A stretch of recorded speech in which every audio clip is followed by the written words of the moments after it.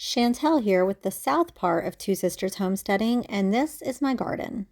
So let's step right into my garden here, and I'll show you around a bit. This garden has been here for a few years now. It is not perfect.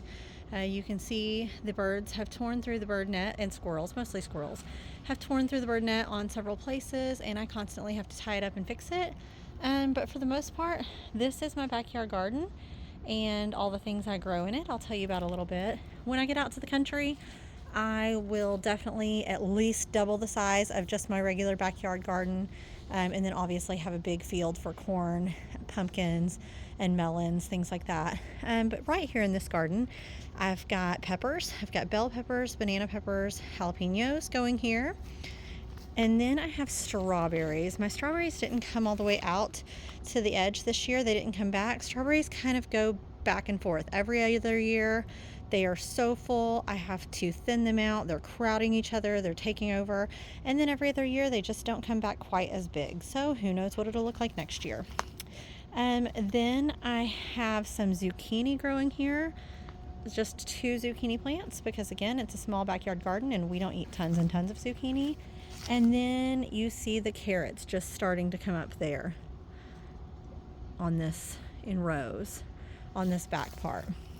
Here I have potatoes just starting to come up. Potatoes are the easiest thing ever to grow. In fact, I used to grow them in these buckets that now need to be cleaned out once upon a time. And back here I've got bush beans going. Bush beans are starting to grow up and come up back here. Here I've got my cucumbers. I've got several cucumber plants, 1, 2, 3, 4, 5, 6 cucumber plants going there. And then my okra, I grow my okra from seed as well, so it's just starting to come up. And okra is so stinking easy and delicious.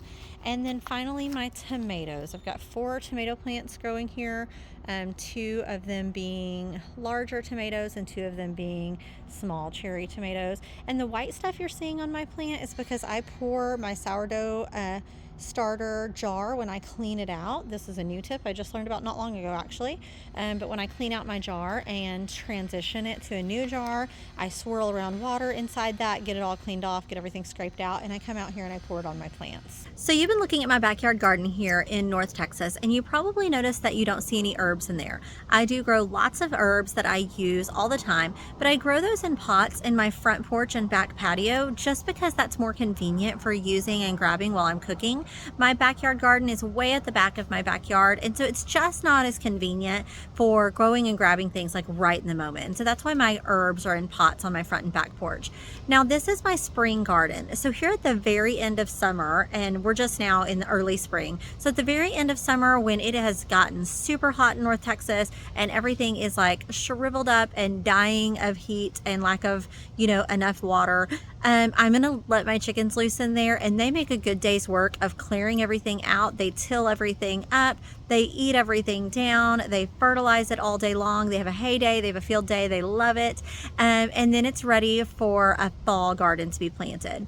Right now in my spring garden, and that I'll show you all about that in the fall. In Northeast Texas, I'll probably grow a lot of the same things. But right now in my spring garden, the only things I've been growing from seed currently are my okra, my bush beans, and my carrots because they're just so easy. Now my potatoes, I completely recycle all the time. I'm always pulling ones out, letting them get nasty, grow eyes, cutting them to chunks, sticking them back in the ground. But that's my garden.